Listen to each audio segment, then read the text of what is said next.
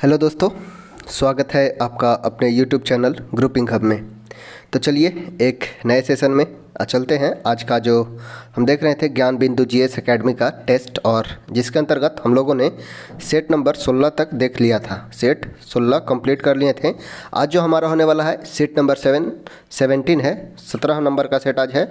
आज इसे कंप्लीट करेंगे। वीडियो को पूरा अंत तक देखिएगा और 100 क्वेश्चन आगे बनाने का प्रयास कीजिएगा। उसके बाद मिलाना है कितना क्वेश्चन आप सही कर पाते हैं। सेट थोड़ा सा टफ है, तो ज़्यादा नंबर कम आए तो घबराना नहीं है। 50 से 60 मार्क्स आता है तो इनफ है, क्योंकि सेट थोड़ा सा टफ बनाया गया है। इतना टफ एग्ज़ाम में आता नहीं है। तो प्लीज़, अगर एग्ज़ाम में इससे बहुत ही आसान क्वेश्चन आएगा तो आप अगर बिहार एसआई, बिहार कांस्टेबल, ये सब बिहार के कंटेक्स्ट से एग्ज़ाम के देखें तो एग्ज़ाम का लेवल्स इतना ही रहेगा, इससे ज़्यादा नहीं हो सकता है। तो चलिए क्वेश्चन पे चलते हैं। सेट नंबर आज का होने वाला है वो है 17, और विथ डिटेल एक्सप्लेनेशन देखेंगे तो थोड़ा सा टाइम लगेगा। आप थोड़ा सा मैनेज कीजिएगा, क्योंकि टाइम कम देने से दिक्कत क्या होगा कि सिर्फ टिक आउट करके भागना पड़ेगा। तो प्लीज़ हेल्प कीजिए थोड़ा सा, क्योंकि क्वेश्चन को डिटेल करने में टाइम लग जाता है। तो चलिए चलते हैं क्वेश्चन नंबर पे। फर्स्ट क्वेश्चन पूछा गया है, संगुल समिति जिसने 2011 की रिपोर्ट प्रस्तुत की वह किससे संबंधित है। संगुल समिति, बात किया गया है संगुल समिति का, और इसने रिपोर्ट प्रस्तुत किया था 2011 में। ठीक है, तो संगुल समिति का संबंधित था राष्ट्रमंडल खेल के घोटाला से। तो ऑप्शन हो जाएगा ए। संगुल समिति जिसने 2011 में रिपोर्ट प्रस्तुत किया था वो था संबंधित राष्ट्रमंडल खेल के घोटाला से। ऑप्शन हो जाएगा ए। नेक्स्ट है, समाजवादी अर्थव्यवस्था का विचार किसने दिया था। बात किया गया है समाजवादी अर्थव्यवस्था का, तो समाजवादी अर्थव्यवस्था का विचार किसके द्वारा दिया गया था, तो वो दिया गया था कार्ल मार्क्स के द्वारा। कार्ल मार्क्स के द्वारा समाजवादी विचार दिया गया था। बात किया जाए कार्ल मार्क्स का, तो कार्ल मार्क्स हैं, जर्मनी से बिलोंग करते हैं, हिस्टोरियन और पॉलिटिशियन है, राजनेता, अर्थशास्त्री, और एक प्रमुख अर्थशास्त्र के क्षेत्र में प्रमुख योगदान रहा है कार्ल मार्क्स का। बात किया जाए कार्ल मार्क्स का बुक का, तो कार्ल मार्क्स के द्वारा 2 बुक लिखा गया है। एक है कम्युनिस्ट मैनिफेस्टो और एक है दास कैपिटल। ठीक है, कार्ल मार्क्स का 2 बुक याद रखना है, एक है द कम्युनिस्ट मैनिफेस्टो और एक है दास कैपिटल। नेक्स्ट अगर देखा जाए एडम स्मिथ का, तो एडम स्मिथ को अर्थशास्त्र का जनक कहा गया है। अर्थशास्त्र के जनक है एडम स्मिथ। ठीक है, अर्थशास्त्र के जनक एडम स्मिथ को जहाँ कहा जाता है, वही अर्थशास्त्र को 2 भागों में बांटा गया है। एक है मैक्रो इकोनॉमिक्स और एक है माइक्रो इकोनॉमिक्स। तो माइक्रो इकोनॉमिक्स का फादर अल्फ्रेड मार्शल को कहा जाता है। अल्फ्रेड मार्शल को माइक्रो इकोनॉमिक्स, वही मैक्रो इकोनॉमिक्स का पिता जो हैं वो हैं John Maynard Keynes. JM Keynes हैं मैक्रो इकोनॉमिक्स के पिता। ठीक है, तो यहाँ से ये सभी पॉइंट देख लेना है। नेक्स्ट अगर बात किया जाए लेनिन का, तो लेनिन संबंधित है क्रांति से, रूस की हुई क्रांति 1917 के रूस के बोल्शेविक क्रांति से संबंधित थे लेनिन। ठीक है, यहाँ पूछा गया था समाजवादी अर्थव्यवस्था का संबंध, तो समाजवादी अर्थव्यवस्था का विचार दिया था कार्ल मार्क्स ने। ऑप्शन हो जाएगा सी। नेक्स्ट है, राष्ट्रीय आय में किसे सम्मिलित किया जाता है। राष्ट्रीय आय, बात किया गया है राष्ट्रीय आय का अर्थात नेशनल इनकम का, तो इसमें सम्मिलित किया जाता है विदेशों से प्राप्त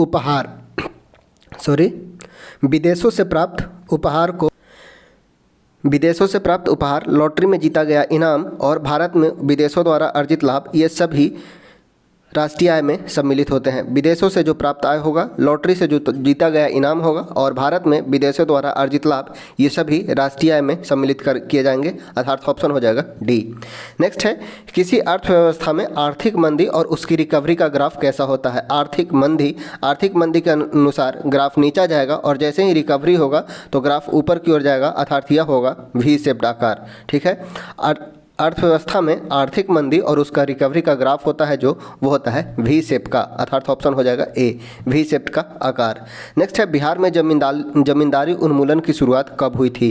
बिहार में जमींदारी उन्मूलन की शुरुआत कब हुई थी, तो यह हुआ था 1951 में, 1951। ऑप्शन हो जाएगा बी। नेक्स्ट है, जय जवान जय विज्ञान सप्ताह कब मनाया जाता है। जय जवान जय विज्ञान सप्ताह कब मनाया जाता है, तो यह मनाया जाता है 23 से 29 दिसंबर को। 23 से 29 दिसंबर के बीच जय किसान जय विज्ञान सप्ताह मनाया जाता है। यहाँ से एक क्वेश्चन याद रखिएगा, जय जवान जय किसान का जो नारा दिया गया था 1965 में लाल बहादुर शास्त्री के समय, वही अगर जय जवान जय किसान जय विज्ञान का नारा अटल बिहारी वाजपेयी के द्वारा दिया गया था। अगर एक क्वेश्चन और आगे बढ़ता है तो जय जवान जय किसान जय विज्ञान और उसमें जय अनुसंधान जोड़ दिया गया, पीएम मोदी जी के द्वारा। ठीक है, तो अगर जय जवान जय किसान रहे तो लाल बहादुर शास्त्री, अगर उसमें जय विज्ञान जोड़ दिया जाए तो अटल बिहारी वाजपेयी, और वही जय अनुसंधान जोड़ दिया जाए तो वो हो जाएंगे पीएम मोदी। यह पूछा गया था जय किसान जय विज्ञान सप्ताह, और यह सप्ताह मनाया जाता है 23 से 29 दिसंबर के बीच। ऑप्शन हो जाएगा ए।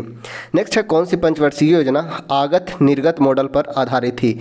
आगत निर्गत मॉडल पर आधारित थी कौन सी पंचवर्षीय योजना? तो यह हो जाएगा छठी पंचवर्षीय योजना। छठी पंचवर्षीय योजना आगत निर्गत मॉडल पर आधारित थी, जो कार्यकाल होता है 1980 से 85 के बीच। छठी पंचवर्षीय योजना कार्यकाल होता है 1980 से 85 के बीच। यहीं से एक क्वेश्चन याद रखिएगा, एग्जिम बैंक यानी कि आयात निर्यात बैंक का स्थापना कब किया गया था? तो 1982 में। एग्जिम बैंक की स्थापना 1982 में की गई थी।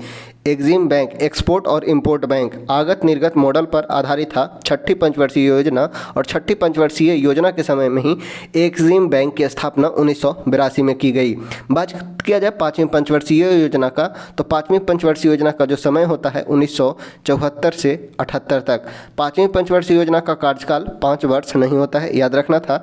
इसे योजना आयोग का निवेश मॉडल पर यह आधारित था। बात किया जाए आठवीं पंचवर्षीय योजना का, तो आठवीं पंचवर्षीय योजना में 90 से 92, 85 से 90, 90 से 92, 92 से 97 इसका कार्यकाल होता है। तो सही उत्तर इसका हो जाएगा छठी योजना, आगत निर्गत मॉडल पर आधारित था छठी योजना। ऑप्शन हो जाएगा बी। नेक्स्ट देखते हैं स्वतंत्र भारत की प्रथम औद्योगिक नीति की घोषणा कब की गई? स्वतंत्र भारत का प्रथम औद्योगिक नीति 1948 में आया। स्वतंत्र भारत के स्वतंत्रता के बाद भारत में अब तक 6 औद्योगिक नीतियाँ आई हैं। प्रथम 1948 में, वही दूसरा 1956 में, दूसरा 1956 में, तीसरा आता है 1977 में, तीसरा औद्योगिक नीति 1977 में, वही चतुर्थ आता है 1980 में, चतुर्थ औद्योगिक नीति, पाँचवा आता है 1990 में, चतुर्थ औद्योगिक नीति, और छठा आता है 1991 में। लेकिन मेनली हमें याद रखना है पहला, प्रथम औद्योगिक नीति कब आई थी? तो 1948 में। ऑप्शन हो जाएगा बी। नेक्स्ट है यदि प्राथमिक घाटा शून्य है, प्राथमिक घाटा शून्य है यानी कि तब उधार की राशि क्या होगी? तब यदि प्राथमिक घाटा शून्य है तब उधार की राशि कितना होगी? तो ब्याज भुगतान के ठीक बराबर। ऑप्शन हो जाएगा सी, ब्याज भुगतान के ठीक बराबर हो जाएगा। ऑप्शन हो जाएगा सी। नेक्स्ट है ऑपरेशन ब्लैकबोर्ड संबंधित है किससे? ऑपरेशन ब्लैकबोर्ड का संबंध प्रौढ़ शिक्षा से था। ऑपरेशन ब्लैकबोर्ड का संबंध, सॉरी प्रौढ़ शिक्षा नहीं, प्राथमिक शिक्षा से। ऑपरेशन ब्लैकबोर्ड का संबंध है प्राथमिक शिक्षा से, और ऑपरेशन ब्लैकबोर्ड जो चलाया गया था वो चलाया गया था 1987-88 में। 1987-88 में ऑपरेशन ब्लैकबोर्ड चलाया गया था, जिसका मुख्य उद्देश्य प्राथमिक शिक्षा देना था। ऑप्शन हो जाएगा डी। तुगरिल तुगन के अभियान के समय मिथिला के कर्नाट राज्य का शासक कौन था? बिहार से के कंटेक्ट से क्वेश्चन है। तुगरिल तुगन के अभियान के समय मिथिला के कर्नाट वंश का शासक कौन था? तो वो था राम सिंह देव। ऑप्शन हो जाएगा बी, राम सिंह देव। नेक्स्ट है 1936 में बिहार में जमींदारी के 7वां अधिकार नीति के विरुद्ध जो आंदोलन चलाया गया था वह कौन सा था? तो वो था बच्छ आंदोलन। ऑप्शन हो जाएगा बी। नेक्स्ट है गंगा नदी के दक्षिण भाग में फैले बिहार के क्षेत्र को क्या कहा जाता है? गंगा नदी के दक्षिणी भाग में फैले बिहार के मैदान को क्या कहा जाता है? अगर ये हमारा बिहार है और इस प्रकार से गंगा नदी जाती है तो गंगा सोन का दोआब, मगध का मैदान और अंग का मैदान अर्थात उपयुक्त सभी हो जाएगा। गंगा और सोन का दोआब, मगध का मैदान और अंग का मैदान इसे कहा जाता है। गंगा के दक्षिणी भाग में फैले बिहार के मैदान को। ऑप्शन हो जाएगा डी। नेक्स्ट है 17वीं से 18वीं शताब्दी में फ्रांस की सामाजिक संरचना विभक्त थी कितने स्टेट में? तो ये था 3 स्टेट में। ऑप्शन हो जाएगा बी। फ्रांस की सामाजिक संरचना 3 स्टेटों में विभाजित थी। नेक्स्ट है अबिसिनिया युद्ध के बाद कौन सा 2 राष्ट्र एक दूसरे के करीब आया? अबिसिनिया युद्ध का बात किया जाए तो अबिसिनिया युद्ध 1895 में हुआ, और इसके अबिसिनिया युद्ध के फलस्वरूप जर्मनी और इटली एक दूसरे के करीब आए थे। ऑप्शन हो जाएगा ए। अबिसिनिया युद्ध 1895 में लड़ा गया और जर्मनी और इटली इससे नज़दीक आए। नेक्स्ट है कौन सा गुणधर्म सामान्यतः आयनिक यौगिकों के द्वारा किया जाता है? आयनिक यौगिक का बात किया जाए तो आयनिक यौगिक का प्रमुख गुण क्या होगा? तो जल में विलयता, जल में विलयता ये भी होता है। उच्च गलनांक एवं क्वथनांक, गलित अवस्था में विद्युत चालकता, ठोस अवस्था में विद्युत चालकता। तो इसमें ऑप्शन हो जाएगा ए, बी और सी। कौन सा गुणधर्म सामान्यतः आयनिक यौगिकों के द्वारा किया जाता है? तो जल में विलय होता है, यानी कि आयनिक प्लस माइनस में टूट जाएगा और प्लस माइनस में टूटने के कारण आयोनिक बॉन्ड बनता है। इसके कारण गलनांक और क्वथनांक उच्च होते हैं। गलित अवस्था में विद्युत के कुचालक होते हैं इलेक्ट्रॉन्स और होल्स के कारण। ठोस अवस्था में विद्युत चालकता नहीं होते हैं। ऑप्शन हो जाएगा डी, ठोस अवस्था में विद्युत चालक नहीं होते हैं। जैसे बात किया जाए NaCl यानी कि सोडियम क्लोराइड, जिसे हम टेबल साल्ट कहते हैं, ठोस अवस्था में यह विद्युत का कुचालक होता है। वही अगर इसे पानी में घोल दिया जाए तो ये एक गुड कंडक्टर ऑफ इलेक्ट्रिसिटी होगा। अर्थात ऑप्शन हो जाएगा डी। यहाँ पे अगर कर लीजिएगा नहीं तो कौन सा गुणधर्म सामान्यतः आयनिक यौगिकों द्वारा नहीं किया जाता है? ठीक है, ऑप्शन क्वेश्चन में कर लीजिएगा नहीं, उसके बाद हो जाएगा ठोस अवस्था में विद्युत चालकता नहीं होता है। ठीक है, तो यहाँ पे क्वेश्चन कर लीजिएगा नहीं और ऑप्शन हो जाएगा डी। नेक्स्ट है, किस धातु को पहले वॉल फ्रेम कहा जाता था? कौन से धातु को पहले वॉल फ्रेम कहा जाता था? तो ये कहा जाता था टंगस्टन को। टंगस्टन प्राप्त होता था वुल्फ्रामाइट से। वुल्फ्रामाइट से प्राप्त होता था, वुल्फ्रामाइट से टंगस्टन प्राप्त होता था, इसलिए टंगस्टन को वुल्फ्राम कहा जाता था। ऑप्शन हो जाएगा ए। नेक्स्ट है, अगर प्रतिरोध का मान 2 गुना कर दिया जाए, आई का वैल्यू 2 कर दिया जाए, 2 गुना पहले से 2i कर दिया जाए, तब विद्युत धारा का मान क्या पड़ेगा? आई इक्वल टू होता है V/R, यानी कि V/I, तो विद्युत धारा का मान क्या होगा? आई इक्वल टू V/R के जगह पे 2R हो जाएगा। सॉरी, यहाँ पे R के जगह पे 2R हो रहा था, तो V/2R, अर्थात परिवर्तन जो होगा वो धारा का मान आधा हो जाएगा। देखिए फिर से देखिएगा, अगर प्रतिरोध का मान 2 गुना कर दिया जाए अर्थात R से 2R कर दिया जाता है, तो विद्युत धारा का मान क्या होता है? I इक्वल टू फॉर्मूला होता है V/R ओम्स लॉ के अनुसार। अब कहेंगे I इक्वल टू V/R के जगह पे 2R करेंगे तो करंट का वैल्यू, करंट यानी कि विद्युत धारा का मान आधा हो जाएगा। यहाँ से 1/2 यानी कि V/R यानी कि I/2 1/2 हो जाएगा, यानी कि अर्थात आधा हो जाएगा। नेक्स्ट है, आँख का वह हिस्सा जो विस्तृत, केंद्रीय और रंग दृष्टि के लिए जिम्मेदार होता है, वह कौन सा होता है? तो ये होता है रेटिना जिम्मेदार। आँख का वह हिस्सा जो विस्तृत, केंद्रीय और रंग दृष्टि के लिए जिम्मेदार होता है तो रेटिना होता है। रेटिना में 2 सेल्स पाए जाते हैं, एक होता है कोन सेल, एक होता है रोड सेल। तो कोन सेल जो होते हैं वो कलर को डिनोट करते हैं, कोन सेल के द्वारा कलर का पता लगता है, वही रोड सेल के द्वारा इंटेंसिटी अर्थात प्रकाश के तीव्रता का पता लगता है। ठीक है, रोड सेल के द्वारा प्रकाश की तीव्रता और कोन सेल के द्वारा प्रकाश का रंग पता लगता है, और ये होता है रेटिना में, अर्थात ऑप्शन हो जाएगा बी। नेक्स्ट है, लाल रंग के प्रकाश की तरंगदैर्घ्य नीले रंग के प्रकाश की अपेक्षा लगभग कितना गुना होता है? तो ये लगभग होता है 1.4 गुना। ऑप्शन कर लीजिएगा 1.4, 2.4 नहीं, 1.4। नेक्स्ट है, पेनिसिलियम में किस प्रकार के अलैंगिक प्रजनन संरचना पाया जाता है? पेनिसिलियम में किस प्रकार के अलैंगिक प्रजनन संरचना पाया जाता है? तो ये पाया जाता है कोनिडिया में, कोनिडिया प्रकार के प्रजनन संरचना पाया जाता है। ऑप्शन हो जाएगा बी। नेक्स्ट है, पौधे में पीड़कनाशी प्रतिरोधी जीन होता है। पौधों में पीड़कनाशी प्रतिरोधी जीन कौन सा होता है? तो ये होता है बीटी। बीटी का पूरा नाम होता है बैसिलस थेराजुनेसिस। बैसिलस थेराजुनेसिस बीटी का पूरा नाम होता है। जैसे नाम सुने होंगे बीटी कपास, बीटी बैगन और बीटी सरसों। बीटी में बैसिलस थेराजुनेसिस नामक जीन लगा दिया जाता है ताकि वो सड़ने से बचे तथा उनका उत्पादन अधिक हो। बीटी पीड़कनाशी लगाया जाता है, वो है बीटी, पूरा नाम है बैसिलस थेराजुनेसिस। नेक्स्ट है, मल्टीनेशनल कंपनियों द्वारा किसी राष्ट्र से बिना अनुमोदन के जैव संसाधनों का उपयोग करना क्या कहलाता है? मल्टीनेशनल कंपनी द्वारा किसी राष्ट्र से बिना अनुमोदन जैव संसाधन का उपयोग क्या कहलाता है? तो यह बायोपायरेसी कहलाता है। ऑप्शन बी और सी सेम है, अर्थात बायोपायरेसी। बायोपायरेसी के अंतर्गत मल्टीनेशनल कंपनी के द्वारा बिना राष्ट्र के अनुमोदन से जैव संसाधनों का उपयोग कहलाता है। नेक्स्ट है, निम्नलिखित में से किसकी उपस्थिति में पृथक्कृत डीएनए को देखा जा सकता है? क्वेश्चन पूछा गया है किसकी उपस्थिति में पृथक्कृत डीएनए खंडों को देखा जा सकता है? तो इथिडियम ब्रोमाइड की उपस्थिति में। ऑप्शन हो जाएगा डी। इथिडियम ब्रोमाइड की उपस्थिति में। नेक्स्ट है, निम्न कथन पर विचार करें। सहायक संधि स्वीकार करने वाला पहला मराठा बाजीराव प्रथम था। नहीं, सहायक संधि को स्वीकार करने वाला पहला मराठा सरदार बाजीराव द्वितीय था। बाजीराव द्वितीय था जो प्रथम सहायक संधि स्वीकार किया था। दिल्ली पर आक्रमण करने वाला पहला पेशवा बाजीराव द्वितीय था। बाजीराव द्वितीय नहीं, बाजीराव प्रथम है। दिल्ली पर आक्रमण करने वाला प्रथम पेशवा बाजीराव प्रथम है। अर्थात यहाँ पे न तो एक और न ही दो सही है। पूछा गया था कौन सा कथन सही है, अर्थात न तो एक और न ही दो दोनों गलत हैं। सहायक संधि स्वीकार करने वाला पहला मराठा बाजीराव द्वितीय, वही दिल्ली पर आक्रमण करने वाला प्रथम पेशवा बाजीराव प्रथम था। अर्थात न तो एक और न ही दो होगा। नेक्स्ट है, अधोलिखित में से कौन सा कथन गलत है? कौन सा कथन गलत है? अखिल भारतीय किसान सभा की स्थापना 1936 में हुई, बिल्कुल सही है। अखिल भारतीय किसान सभा की स्थापना 1936 में हुई थी। यूरोपीय भाषा में अनुवादित होने वाला प्रथम ग्रंथ भागवत गीता था, बिल्कुल गलत है। भागवत गीता नहीं, अभिज्ञान शकुंतलम था। यूरोपीय भाषा में अनुवादित होने वाला प्रथम ग्रंथ जो था वो था अभिज्ञान शकुंतलम। नेक्स्ट है, हरिद्वार द्वारा हर की पौड़ी का निर्माण राजा विक्रमादित्य ने कराया था। अर्थात ए बी सी तीनों कौन सा कथन गलत है? तो बी जो हो जाएगा वो हो जाएगा गलत।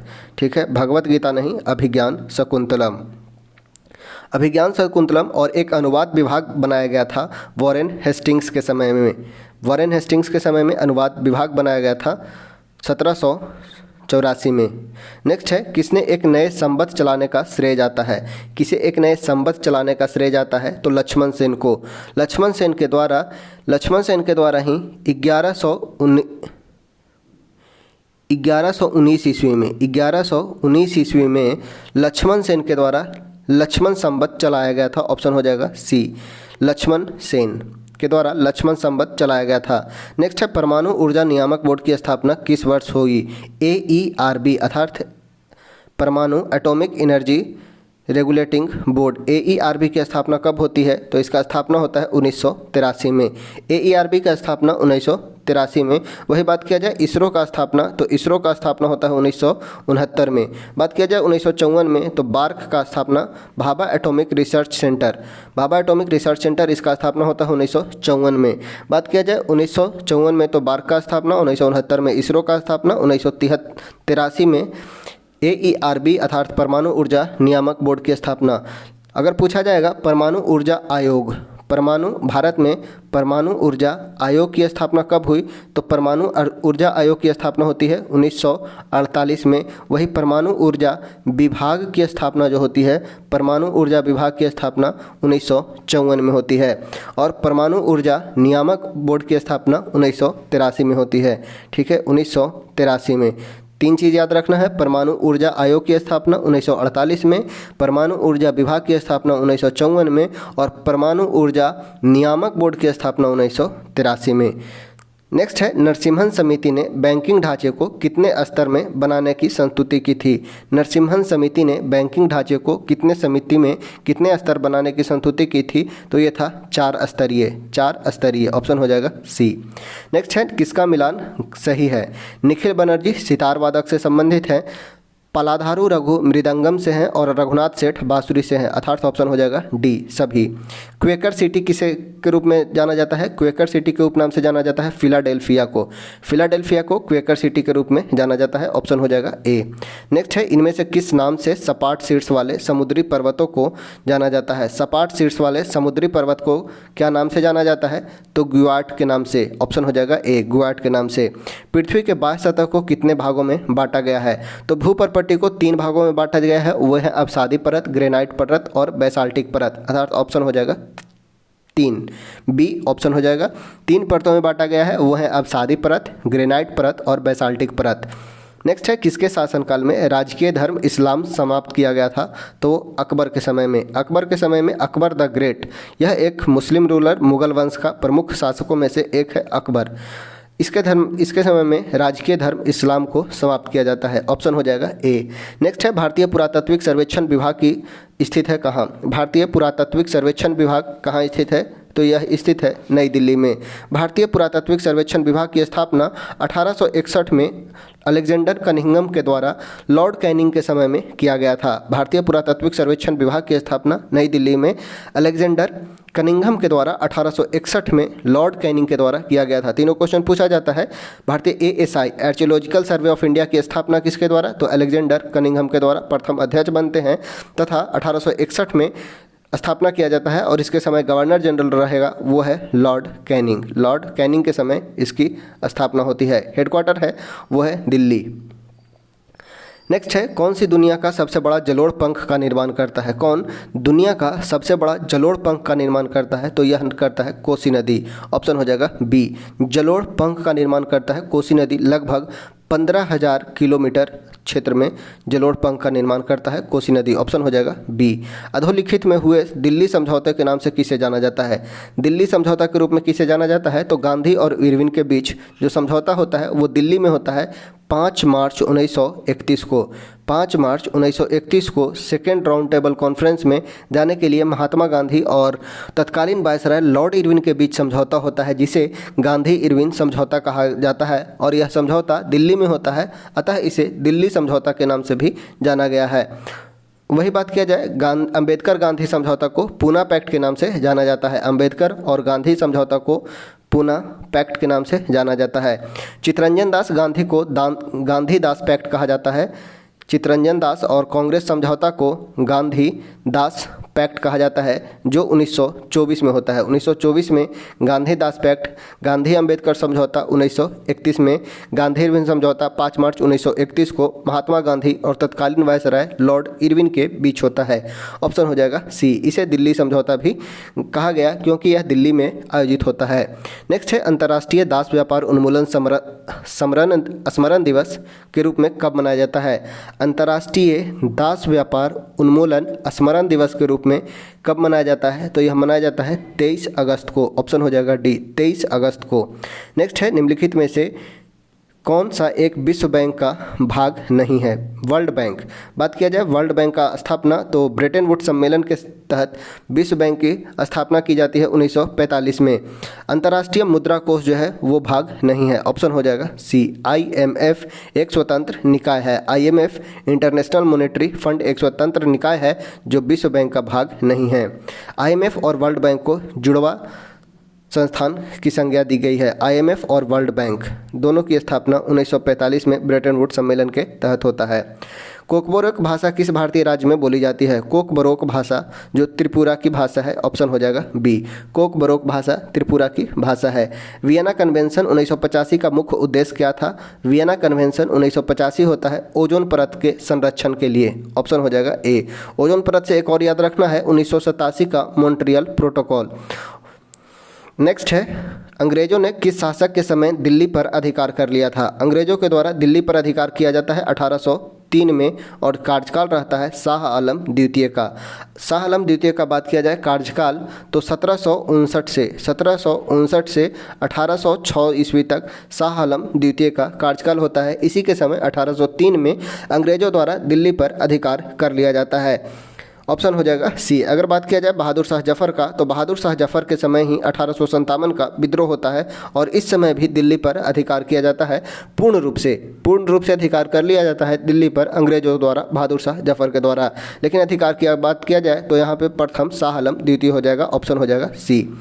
नेक्स्ट है, किसने प्रत्यक्षवाद की अवधारणा को प्रस्तुत किया था? प्रत्यक्षवाद की अवधारणा को प्रस्तुत किया था ऑगस्टस कॉम्टे ने। ऑप्शन हो जाएगा सी, ऑगस्टस कॉम्टे। नेक्स्ट है, निम्नलिखित में कौन सामाजिक संस्थान का उदाहरण है? सामाजिक संस्थान का उदाहरण कौन है? जाति, परिवार, विवाह, उपयुक्त सभी। तो ऑप्शन हो जाएगा डी, सभी। नेक्स्ट है, कौन सा सही सुमेलित नहीं है? बात किया जाए 371 अनुच्छेद 371 में विशेष राज्य के दर्जे का विशेष प्रावधान किया गया है। तो 371 में सिर्फ बात किया जाए तो 371 में महाराष्ट्र और गुजरात के बारे में, वही 371 के क में नागालैंड के बारे में, ख में असम के बारे में, ग में मेघालय नहीं, यहाँ पे हो जाएगा मणिपुर के बारे में। मणिपुर के बारे में किया गया है। घ में आंध्र प्रदेश और तेलंगाना के बारे में बात किया जाए 371 के अंतर्गत विशेष राज्य के दर्जा को तो याद रखना है नाम, M, N for Nagaland, A for Assam, M for Manipur, नाम आसमा, double A S M A. Andhra Pradesh, ये हो जाएगा ए बी सी, ए में नागालैंड को, बी में असम को, सी में मणिपुर को, उसके बाद डी में आंध्र प्रदेश को, विश्वविद्यालय को, ई में आंध्र प्रदेश और तेलंगाना को, एफ में सिक्किम को, जी में मिजोरम को, एच में अरुणाचल प्रदेश को, नाम आसमा, और याद रखना है जी के, नाम आसमा जी के, जी फॉर नाम आसमा जी के, जी फॉर गोवा, गोवा को दिया गया है आई में, और जे में कर्नाटक को, जे में कर्नाटक को संबंधित राज्य का अनुच्छेद है। नाम आसमा जी के, नाम याद रखना है, नाम आसमा जी के, नागालैंड, असम, मणिपुर, आंध्र प्रदेश के विश्वविद्यालय, सिक्किम, मिजोरम, अरुणाचल प्रदेश, गोवा और कर्नाटक। नेक्स्ट है, सरकार द्वारा शुल्क एवं कर लगाने का अधिकार संविधान के किस अनुसूची में उल्लेखित है? सरकार द्वारा शुल्क एवं कर लगाने का अधिकार संविधान के किस अनुसूची में है? तो यह है 7वीं अनुसूची में, ऑप्शन हो जाएगा बी, 7वीं अनुसूची में। किस अधिनियम के फलस्वरूप बर्मा भारत से अलग हुआ था? बर्मा भारत से अलग हुआ था 1935 के गवर्नमेंट ऑफ इंडिया एक्ट के तहत 1937 में। बात किया जाए बर्मा को अंग्रेज़ों ने मिलाया था 1885 में, बर्मा को 1885 में मिलाया था, वही 1935 में बर्मा भारत से अलग होता है 1935 के एक्ट के द्वारा। नेक्स्ट है, नेहरू ने संविधान सभा में उद्देश्य प्रस्ताव कब प्रस्तुत किया था? उद्देश्य प्रस्ताव, बात किया जाए उद्देश्य प्रस्ताव का, तो उद्देश्य प्रस्ताव ही बाद में संविधान का प्रस्तावना बनता है, और यह उद्देश्य प्रस्ताव 13 दिसंबर 1946 को जे.एल. नेहरू द्वारा प्रस्तुत किया गया था। जे.एल. नेहरू द्वारा प्रस्तुत किया गया था 13 दिसंबर 1946 को। बात किया जाए 9 दिसंबर 1946 को, तो 9 दिसंबर 1946 को संविधान सभा की प्रथम बैठक होती है, और 22 जनवरी 1947 को उद्देश्य प्रस्ताव को स्वीकार कर लिया जाता है। 22 जनवरी 1947 को उद्देश्य प्रस्ताव को स्वीकार किया जाता है, 13 दिसंबर 1946 को पेश किया जाता है, 9 दिसंबर 1946 को संविधान सभा की प्रथम बैठक होती है। अर्थात यहाँ पूछा गया था कब प्रस्तुत किया गया, तो वो हो जाएगा 13 दिसंबर 1946, ऑप्शन नंबर डी। नेक्स्ट है, भारत की संघात्मक व्यवस्था किस देश से संबंधित है? भारत की संघात्मक व्यवस्था किस देश से संबंधित है? तो यह हो जाएगा कनाडा से। कनाडा से संबंधित है संघात्मक शासन व्यवस्था तथा केंद्र द्वारा राज्यपाल की नियुक्ति। केंद्र द्वारा राज्यपाल की नियुक्ति कनाडा से है, तथा केंद्र एवं राज्य के बीच शक्तियों का बंटवारा भी कनाडा से ही है। राज्यपाल का नियुक्ति तथा केंद्र एवं राज्य के बीच शक्तियों का डिस्ट्रीब्यूशन, पावर का डिस्ट्रीब्यूशन केंद्र एवं राज्य के बीच, यह भी कनाडा से ही लिया गया है। बात किया जाए अमेरिका से, तो अमेरिका से लिया गया है मूल अधिकार, प्रस्तावना के शब्द, उपराष्ट्रपति का पद, ये सभी अमेरिका से लिए गए हैं। राष्ट्रपति पर महाभियोग, जो आर्टिकल 61 के अनुसार राष्ट्रपति पर महाभियोग लगाया जाता है, अमेरिका से लिया गया है। संविधान की सर्वोच्चता लिया गया है। पब्लिक इंटरेस्ट लिटिगेशन लिया गया है, जनहित याचिका तथा न्यायिक पूर्णावलोकन लिया गया है, ये सभी अमेरिका से लिया गया है। बात किया जाए आयरलैंड से, तो आयरलैंड से डीपीएसपी का लिया गया है, राज्य के नीति निर्देशक तत्व। वही राष्ट्रपति के निर्वाचक मंडल में कौन कौन सम्मिलित होंगे, ये भी लिया गया है आयरलैंड से ही। नेक्स्ट चलते हैं, संविधान की प्रस्तावना दीर्घकालिक सपनों का विचार है। संविधान की प्रस्तावना दीर्घकालिक सपनों का विचार है, यह कथन किसका है? तो ये कहते हैं सर अल्लादी कृष्ण स्वामी अय्यर। दीर्घकालीन सपनों का विचार, ये कहते हैं अल्लादी कृष्ण स्वामी अय्यर। बात किया जाए के.एम. मुंशी का, तो के.एम. मुंशी ने संविधान की प्रस्तावना को राजनीतिक जन्म कुंडली कहा। राजनीतिक जन्म कुंडली कहा के.एम. मुंशी ने, राजनीतिक जन्म कुंडली कहा के.एम. मुंशी ने इसे राजनीतिक कुंडली कहा। N.A. पालकीवाला ने, N.A. पालकीवाला ने इसे संविधान के प्रस्तावना को परिचय पत्र कहा। N.A. पालकीवाला ने परिचय पत्र कहा, के.एम. मुंशी ने राजनीतिक जन्म कुंडली कहा, अल्लादी कृष्ण स्वामी अय्यर ने संविधान के प्रस्तावना को निर्माताओं के दीर्घकालीन सपनों का विचार कहा। वही संविधान की कुंजी प्रस्तावना को अर्नेस्ट बाकर के द्वारा बतलाया जाता है। अर्नेस्ट बाकर के द्वारा संविधान की प्रस्तावना को कुंजी बतलाया जाता है। पालकी वाला के द्वारा परिचय पत्र बतलाया जाता है, अर्नेस्ट वाकर ने इसे कुंजी बतलाया। ऑप्शन हो जाएगा, यहाँ पूछा गया था दीर्घकालिक सपनों का विचार, तो ये कहे हैं अल्लादी कृष्ण स्वामी अय्यर। ऑप्शन हो जाएगा डी।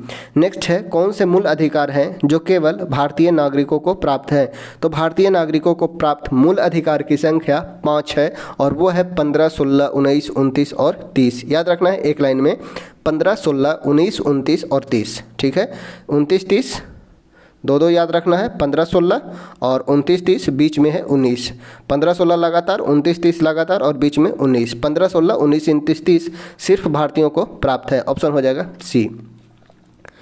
नेक्स्ट है, निम्नलिखित युग्मों में से कौन सा सुमेलित नहीं है? मानव के दुर्व्यापार तथा बाल श्रम का निषेध अनुच्छेद 23 में। बिल्कुल सही है, मानव के दुर्व्यापार और बलात् श्रम का निषेध अनुच्छेद 23 में है और यह आएगा अनुच्छेद 23 में। अल्पसंख्यक के वर्गों के हितों का संरक्षण अनुच्छेद 19 में।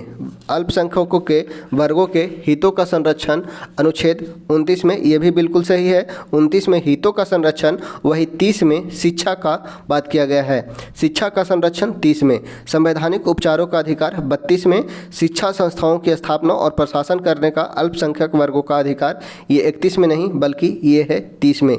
याद रखिएगा 29 में हितों का, अल्पसंख्यकों के हितों का संरक्षण का बात किया गया है। अल्पसंख्यकों के हितों का संरक्षण किया गया है, वही अनुच्छेद 30 में अल्पसंख्यकों के शिक्षा के संरक्षण का बात किया जाता है। तो अर्थात यहाँ पे हो जाएगा डी, 31 नहीं 30 आर्टिकल हो जाएगा।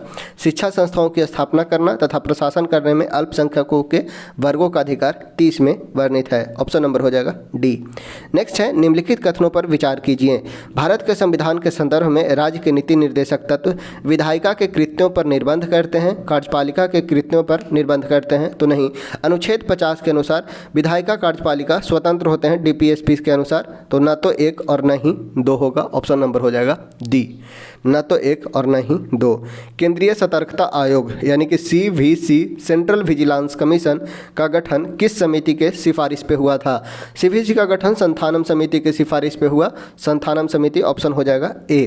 बात किया जाए तारकुंडे समिति, तो तारकुंडे समिति चुनाव संबंधी सुधार से लिया गया, बतलाया गया था और तारकुंडे समिति के अनुसार ही 61वां संविधान संशोधन 1989 के तहत वोटिंग का एज 21 वर्ष से घटाकर 18 वर्ष किया गया। 21 से 18 वर्ष किया गया 61वां संविधान संशोधन 1989 और सिफारिश जो किया था वो था तारकुंडे समिति। ऑप्शन होगा यहाँ पे ए, सतर्कता आयुक्त, सीवीसी का स्थापना संतानम समिति, तारकुंडे समिति संबंधित था 61वां संविधान संशोधन 1989 जिसमें 21 से 18 वर्ष किया गया एज को वोटिंग का, राइट का। नेक्स्ट है, कौन सा प्रतिचुंबकीय पदार्थ है? डाईमैग्नेटिक कौन है? तो ये हो जाएगा बिस्मथ। बिस्मथ डाईमैग्नेटिक सब्सटेंस है। वही बात किया जाए, याद करना है Fe कोनी, फेरस, कोबाल्ट, निकेल, ये तीनों जो हैं वो फेरोमैग्नेटिक हैं। ये तीनों फेरस, कोबाल्ट और निकेल ये फेरोमैग्नेटिक के अंतर्गत आते हैं, फेरोमैग्नेटिक। वही बात किया जाए बिस्मथ, बिस्मथ है डाईमैग्नेटिक। नेक्स्ट है, एक समान शुष्क सेल में विद्युत अपघट्य क्या होता है? तो अमोनियम क्लोराइड और जिंक क्लोराइड होता है। ऑप्शन हो जाएगा सी। शुष्क सेल का बात किया गया है तो शुष्क सेल में अमोनियम क्लोराइड होता है या जिंक क्लोराइड होता है। ऑप्शन होगा सी। नेक्स्ट है स्टेथोस्कोप। स्टेथोस्कोप में रोगी के दिल की धड़कन की ध्वनि डॉक्टर के कानों तक पहुंचती है किस प्रकार? तो ध्वनि के बहुपरावर्तन के कारण, ध्वनि के बहुपरावर्तन के कारण, यानी कि साउंड के रिफ्लेक्शन के कारण ध्वनि सुन पाते हैं। ऑप्शन हो जाएगा बी, ध्वनि के बहुपरावर्तन के कारण। नेक्स्ट है, कौन सा प्राकृतिक बहुलक नहीं है? कौन सा प्राकृतिक बहुलक नहीं है अर्थात जो प्राकृतिक से नहीं मिलेगा? तो नायलॉन। नायलॉन एक कृत्रिम बहुलक है, जो प्रथम निर्मित किया गया कृत्रिम बहुलक है नायलॉन।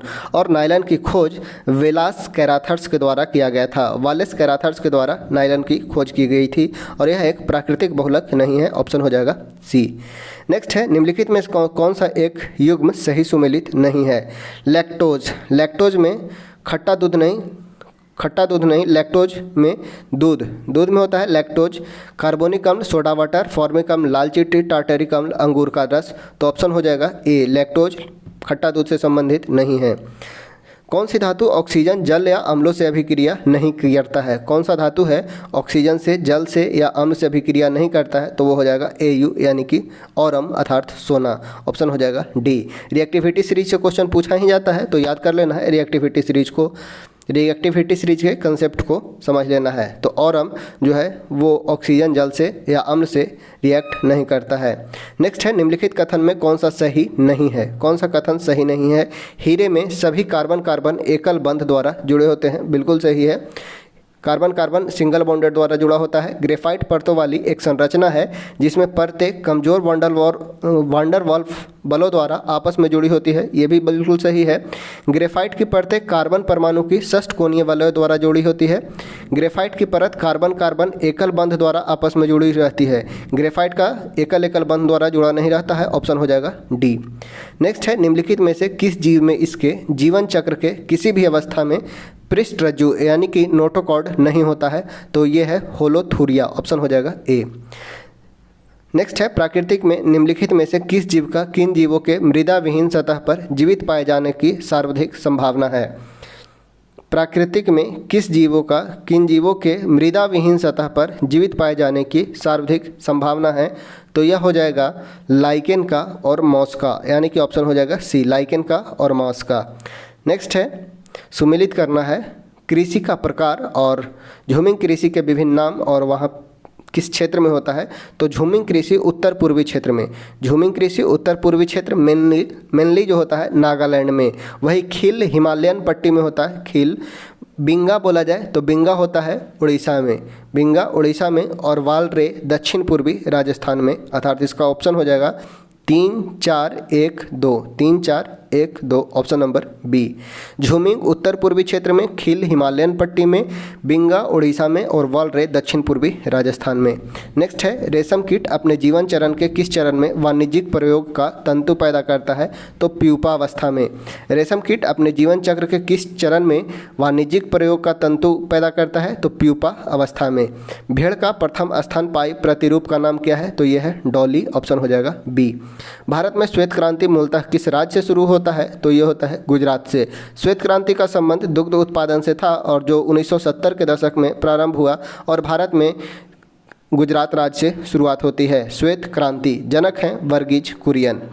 नेक्स्ट है निम्नलिखित राज्यों में से किस एक में पांगखुई वन्यजीव अभयारण्य है? पांगखुई वन्यजीव अभयारण्य है अरुणाचल प्रदेश में। पांगखुई वन्यजीव अभयारण्य अरुणाचल प्रदेश में। वही नामदफा और दो और याद रखना है, एक है नामदफा और एक है मौलिंग, दोनों अरुणाचल प्रदेश में है।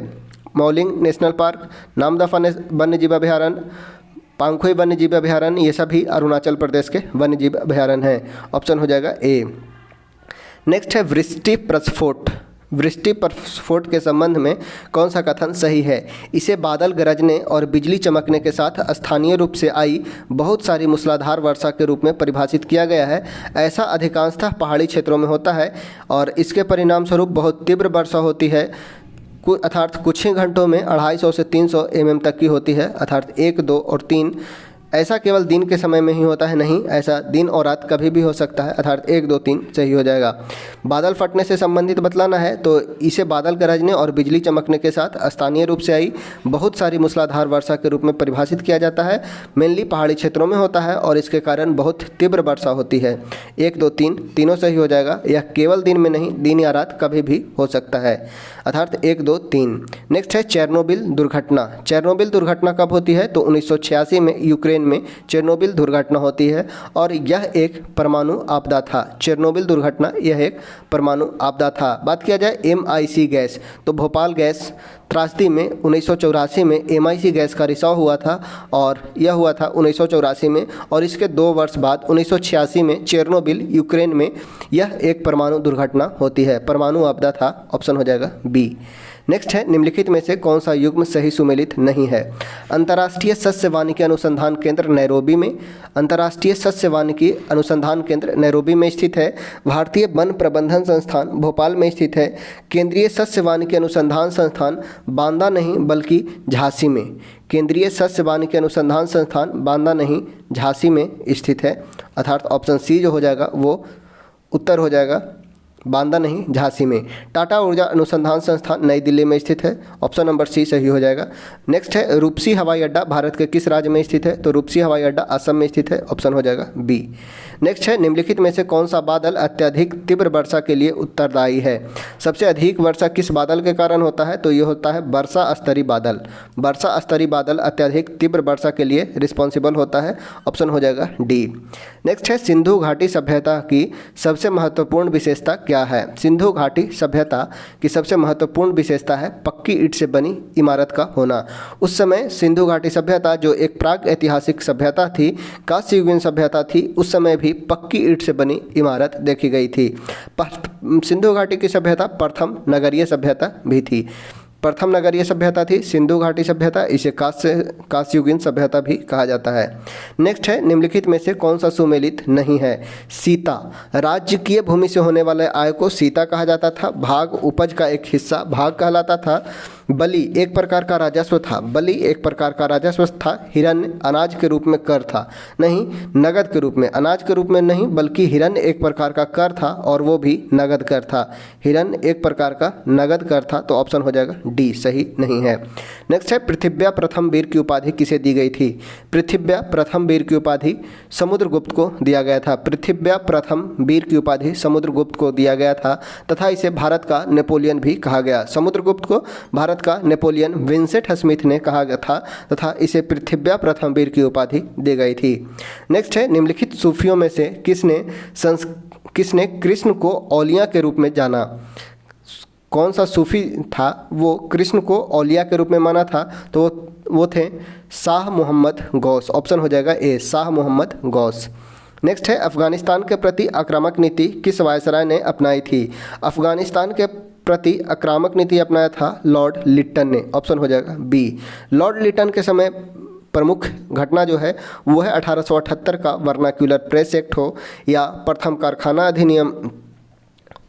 लॉर्ड लिट्टन के समय में ही प्रथम बार 1878 में वर्नाक्यूलर प्रेस एक्ट लाया गया था। लाइसेंसिंग पॉलिसी लाई गई थी तथा लॉर्ड लिट्टन के समय, और याद रखना है, लाइसेंस पॉलिसी काम को लेकर आईसीएस में एज को लेकर 21 साल से 18 वर्ष किया गया। 21 वर्ष से 18 वर्ष किया गया। और लॉर्ड लिट्टन एक बुक जो कविता लिखता था वो लिखता था ओवेन मेराडिथ से। ओवेन मेराडिथ के नाम से लॉर्ड लिट्टन कविता लिखता करता था। बात किया जाए मेयो का, ऑप्शन है मेयो, तो मेयो के द्वारा एक मेयो कॉलेज की स्थापना की गई थी और इसे मेयो को अफगानिस्तान के निकट ही एक व्यक्ति के द्वारा मार दिया जाता है, लॉर्ड मेयो। प्रथम यहूदी वायसराय जो रहता है वो रहता है लॉर्ड रीडिंग। एक याद रखना है, प्रथम यहूदी वायसराय रहता है लॉर्ड रीडिंग। लॉर्ड डफरिन का बात किया जाए तो लॉर्ड डफरिन के समय में 1885 में भारतीय राष्ट्रीय की स्थापना होती है। भारतीय राष्ट्रीय कांग्रेस की स्थापना लॉर्ड डफरिन के समय में। म्यांमार को मिला लिया जाता है लॉर्ड डफरिन के समय में। बात किया जाए लॉर्ड कैनिंग को, तो लॉर्ड कैनिंग के समय में ही लॉर्ड कैनिंग प्रथम वायसराय बनता है 1858 के एक्ट के द्वारा। 1858 में इसी के समय लॉर्ड कैनिंग के समय आईपीसी सीआरपीसी धारा लाई जाती है। आईपीसी और सीआरपीसी, ये सभी पॉइंट याद रखना है। नेक्स्ट चलते हैं 79 नंबर। भारतीय स्वतंत्रता संग्राम के संदर्भ में 16 अक्टूबर 1905 को किस कारण से प्रसिद्ध माना जाता है? तो बंगाल विभाजन हुआ था इसी दिन। 16 अक्टूबर 1905 को ही बंगाल विभाजन लागू किया जाता है, इसलिए 16 अक्टूबर 1905 इंपॉर्टेंट है। ऑप्शन हो जाएगा बी, बंगाल का विभाजन हुआ था। नेक्स्ट है ऑपरेशन रूबिकॉन। ऑपरेशन रूबिकॉन वह कूट शब्द था जिसे भारत में ब्रिटिश सरकार द्वारा किस संदर्भ में प्रयोग में लाया जाता है? तो जेल में गांधी का आमरण अनशन को ऑपरेशन रूबिकॉन कहा गया था। जेल में गांधी का आमरण अनशन। नेक्स्ट है अतः सदैव सहमति के साथ और अक्सर वाणिज्य मंडल के निर्देश पर भारत सरकार चलती है और इसे व्हाइट मैन्स बर्डन कहा जाता है। यह किसने कहा था? यह कहा था सच्चिदानंद सिन्हा ने। सच्चिदानंद सिन्हा का बात किया जाए तो 9 दिसंबर 1946 को संविधान सभा के प्रथम बैठक की अध्यक्षता करते हैं सच्चिदानंद सिन्हा और यह एक अस्थायी अध्यक्ष रहते हैं। इन्होंने कहा अतः सदैव सहमति के साथ और अक्सर वाणिज्य मंडल के निर्देशों पर भारत सरकार चलती है और इसे व्हाइट मैन्स बर्डन कहा जाता है। यह कहा सच्चिदानंद सिन्हा। नेक्स्ट है 1857 के संघर्षों में भाग लेने वाले सिपाहियों की सर्वाधिक संख्या थी अवध से। 1857 का विद्रोह से संबंधित है। सबसे अधिक भाग लेने वाले व्यक्ति कहाँ से थे, तो अवध से। बात किया जाए 1857 में, तो विद्रोह का जो रूपरेखा तैयार किया था नौरोजी बापू के द्वारा तैयार किया गया था, और इसमें प्रतीक चिन्ह था वो था कमल और रोटी। कमल और रोटी प्रतीक चिन्ह था। 31 मई को स्टार्ट होना होता है, लेकिन 10 मई 1857 को ही मेरठ से स्टार्ट हो जाता है। तो ये सभी पॉइंट याद रखना है। 1857 में भाग लेने वाले सबसे अधिक संख्या थे अवध से। नेक्स्ट है, निम्नलिखित में कौन भारत में सबसे बड़ी मशीनीकृत खान है। सबसे बड़ी मशीनीकृत खान कौन सी है, तो यह है बैलाडीला की खान। और बैलाडीला की खान एक लौह अयस्क की खान है, लौह उत्पादन खान है बैलाडीला की खान, और यह जो स्थित है छत्तीसगढ़ में। दोनों क्वेश्चन पूछ लिया गया है। बैलाडीला किसके लिए फेमस है, तो लौह उत्पादन के लिए। कहाँ स्थित है, छत्तीसगढ़ में।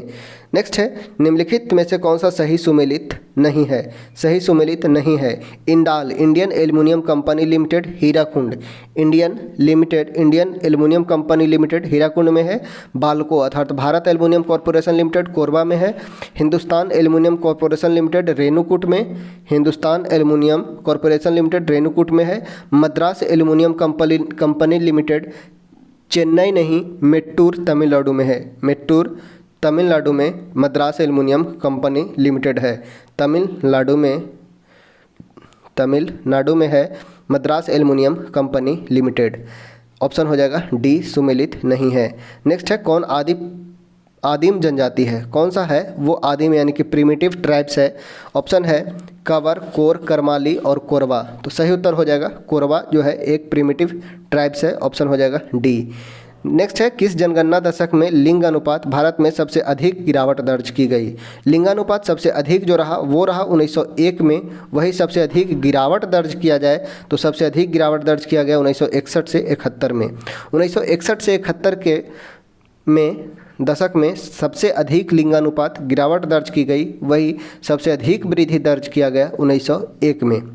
नेक्स्ट है, शनि ग्रह के वायुमंडल में कौन सा गैस सबसे अधिक मात्रा में पाई जाती है। शनि ग्रह में बात किया जाए तो सबसे अधिक हाइड्रोजन 96%, 96.3%, वही हीलियम 3.25% पाया जाता है। अर्थात ऑप्शन इनमें से कोई नहीं हो जाएगा। शनि ग्रह के वायुमंडल में सर्वाधिक हाइड्रोजन और हीलियम गैस पाए जाते हैं। नेक्स्ट है, एक संकरी गहरी तथा तीव्र ढाल युक्त किनार वाली नदी घाटी को किस नाम से जाना जाता है, तो ये कहलाता है कैनियन। एक संकरी गहरी तथा तीव्र ढाल वाली नदी क्या कहलाता है, तो ये कहलाता है कैनियन। ठीक है, ऑप्शन हो जाएगा बी। नेक्स्ट है, निम्नलिखित में सुमेलित करें। डॉक्टर राजेंद्र प्रसाद, डॉक्टर राजेंद्र प्रसाद की पुस्तक जो है वो है इंडिया डिवाइडेड। डॉक्टर राजेंद्र प्रसाद इंडिया डिवाइडेड लिखा गया। आर के नारायण के द्वारा स्वामी एंड फ्रेंड्स लिखा गया। आर के नारायण के द्वारा Swami and friends. India wins freedom Maulana Abdul Kalam Azad के द्वारा लिखा गया। India wins freedom. तथा डॉक्टर सर्वपल्ली राधाकृष्णन के द्वारा इंडियन फिलॉसफी लिखा गया था। Indian philosophy doctor Sarvepalli Radhakrishnan, Indian philosophy, India wins freedom Maulana Abdul Kalam Azad, Swami and friends R K Narayan और India divided doctor Rajendra Prasad. Option हो जाएगा 2, 3, 4, 1, 2, 3, 4 और 1। ऑप्शन हो जाएगा बी। नेक्स्ट है, वह स्थान कौन सा है जहां विश्व का सबसे बड़ा गोल गुंबज स्थित है। विश्व का सबसे बड़ा गोल गुंबज कहाँ स्थित है, तो यह स्थित है बीजापुर में। बीजापुर के शासक, बीजापुर, और ये बीजापुर स्थित है कर्नाटक में। बीजापुर कहाँ है, तो कर्नाटक में स्थित है बीजापुर, और यहीं पे है सबसे बड़ा गोल गुंबज। और इस गुंबज का निर्माण करता है यूसुफ आदिल शाह। यूसुफ आदिल शाह के द्वारा बीजापुर में गोल गुंबज का निर्माण किया गया था। नेक्स्ट है, कौन सा पुरस्कार वैकल्पिक नोबेल पुरस्कार के नाम से जाना जाता है। किस पुरस्कार को वैकल्पिक नोबेल अवार्ड के नाम से जाना जाता है, तो वो है right livelihood award. Right livelihood award. Option हो जाएगा ए। नेक्स्ट है, कील नहर किन दो सागरों को जोड़ता है। कील नहर किन दो सागरों को जोड़ता है, तो उत्तरी सागर को बाल्टिक सागर से जोड़ता है। ऑप्शन हो जाएगा बी। कील नहर उत्तरी सागर को बाल्टिक सागर से जोड़ता है। ऑप्शन हो जाएगा बी। लाल सागर को भूमध्य सागर से जोड़ता है स्वेज नहर। लाल सागर को भूमध्य सागर से जोड़ता है स्वेज नहर, वही उत्तरी सागर को बाल्टिक सागर से जोड़ता है कील नहर। ऑप्शन हो जाएगा बी। नेक्स्ट है, कंप्यूटर की प्रसंस्करण गति को नापा जाता है किसमें। कंप्यूटर की प्रसंस्करण गति को MIPS मिलियन ऑफ इंस्ट्रक्शन पर सेकेंड में मापा जाता है। ऑप्शन हो जाएगा ए, मिलियन ऑफ इंस्ट्रक्शन पर सेकेंड। नेक्स्ट है बेगम रसूल कप। बेगम रसूल ट्रॉफी जो महिला को दिया जाता है किस खेल से संबंधित है? तो बेगम रसूल ट्रॉफी ये हॉकी से संबंधित है। हॉकी से संबंधित है बेगम रसूल ट्रॉफी। वही बात किया जाए महाराजा खां कप, आगा खां कप, ये सभी हॉकी से संबंधित है। बेगम रसूल ट्रॉफी भी हॉकी से ही संबंधित है। फुटबॉल से बात किया जाए तो संतोष और सुब्रोतो है। क्रिकेट से अगर बात किया जाए तो ईरानी ट्रॉफी, ये सभी हैं। नेक्स्ट बात किया जाए दक्षिणेश्वर संत किसे कहा जाता है? तो दक्षिणेश्वर संत कहा जाता है रामकृष्ण परमहंस को। रामकृष्ण परमहंस के शिष्य जो थे वे थे स्वामी विवेकानंद। स्वामी विवेकानंद रामकृष्ण परमहंस के शिष्य होते हैं और इन्हीं के सम्मान में रामकृष्ण मिशन की स्थापना 1897 में स्वामी विवेकानंद के द्वारा किया जाता है। बात किया जाए राजा राम मोहन राय को, तो राजा राम मोहन राय को आधुनिक युग के दूत, आधुनिक भारत का पैगंबर, युग दूत आदि के नाम से संबोधित किया गया है। राजा राम मोहन राय के द्वारा 1828 में ब्रह्म समाज की स्थापना की जाती है तथा इनके द्वारा 1815 में आत्मीय सभा की भी स्थापना किया जाता है। राजा राम मोहन राय के द्वारा 1833 में इनकी मृत्यु इंग्लैंड में हो जाती है। राजा राम मोहन राय को राजा की उपाधि अकबर द्वितीय के द्वारा दिया जाता है। अकबर द्वितीय ने इसे राजा राम मोहन राय को राजा की उपाधि दिए थे, अकबर द्वितीय। नेक्स्ट है कौन सा सुमेलित नहीं है? ज्योतिष पीठ। ज्योतिष पीठ में विष्णु भगवान है। ज्योतिष पीठ में श्रृंगेरी पीठ में शिव हैं। शारदा पीठ में कृष्ण भगवान है और गोवर्धन पीठ में राम नहीं विष्णु। गोवर्धन पीठ विष्णु भगवान से संबंधित है, गोवर्धन पीठ। ठीक है, तो ऑप्शन हो जाएगा डी, सुमेलित नहीं है। ज्योतिष पीठ विष्णु भगवान, श्रृंगेरी पीठ शिव का, शारदा पीठ कृष्ण का, गोवर्धन पीठ विष्णु का, तो ऑप्शन हो जाएगा डी। नेक्स्ट है भारतीय पुरातत्व सर्वेक्षण संस्थान की स्थापना कब हुई थी? तो अभी इसका हेडक्वार्टर पूछा गया था, अभी इसका स्थापना पूछा जा रहा है। तो भारतीय पुरातत्व सर्वेक्षण संस्थान की स्थापना 1861 में अलेक्जेंडर कनिंघम के द्वारा किया गया था। अलेक्जेंडर कनिंघम के द्वारा, और कार्यकाल होता है लॉर्ड कैनिंग के द्वारा। हेडक्वार्टर जो है वो है दिल्ली में, हेडक्वार्टर जो है दिल्ली में है। भारतीय पुरातात्विक सर्वेक्षण संस्थान हेडक्वार्टर दिल्ली में 1861 में स्थापित। अलेक्जेंडर कनिंघम इसके प्रथम अध्यक्ष होते हैं और उन्हीं के द्वारा स्थापित भी किया जाता है और कार्यकाल रहता है कैनिंग का। नेक्स्ट है एल सुब्रमण्यम कौन सा वाद्य यंत्र बजाते हैं? एल सुब्रमण्यम कौन सा वाद्य यंत्र बजाते हैं? तो एल सुब्रमण्यम का संबंध है वायलिन वादन से, ऑप्शन हो जाएगा सी। एल सुब्रमण्यम का संबंध है वायलिन वादन से। नेक्स्ट है अर्पण लोक कला शैली का संबंध किस भारतीय राज्य से है? तो अर्पण है बिहार से, ऑप्शन हो जाएगा ए। अर्पण लोक कला शैली का संबंध है बिहार से। बात किया जाए बिहार में, तो बिहार में चित्रकला की शैली मधुबनी पेंटिंग है, मिथिला पेंटिंग है, मंजूषा पेंटिंग है, पटना कलम है, ये सभी बिहार से संबंधित है। नेक्स्ट है अंक गणितीय एवं तार्किक यानी कि लॉजिकल, अर्थमेटिकल एंड लॉजिकल संक्रियाएं करने वाला संशोधक यानी कि प्रोसेसर को क्या कहा जाता है? जो अर्थमेटिक और लॉजिकल कैलकुलेशन करे उसे कहा जाता है ALU, arithmetic and logic unit, option हो जाएगा बी। बात किया जाए CPU का, तो CPU का पूरा नाम होता है सेंट्रल प्रोसेसिंग यूनिट, इसे ब्रेन ऑफ द कंप्यूटर कहा जाता है। रैम पूरा नाम होता है रैंडम एक्सेस मेमोरी। यहाँ पे हो जाएगा ALU जो है CPU का ही पार्ट होता है। ALU arithmetic and logic unit CPU का पार्ट होता है जिसका कार्य अंक गणितीय और तार्किक संक्रियाएं करना होता है, ऑप्शन हो जाएगा बी। इस प्रकार से आज हम लोगों ने 100 क्वेश्चन को कंप्लीट किया। अगला जो सेट होने वाला है 18 सेट नंबर करेंगे। इसके पूर्व आज तक हम लोग 18 सेट कर लिए हैं। इसके बाद नेक्स्ट जो आने वाला है वो एक धमाका होने वाला है, तो चैनल पे बने रहें और अगर चैनल को सब्सक्राइब नहीं किए हैं तो चैनल को सब्सक्राइब कर लीजिए और बेल आइकन को ज़रूर दबा दें। Okay, thank you.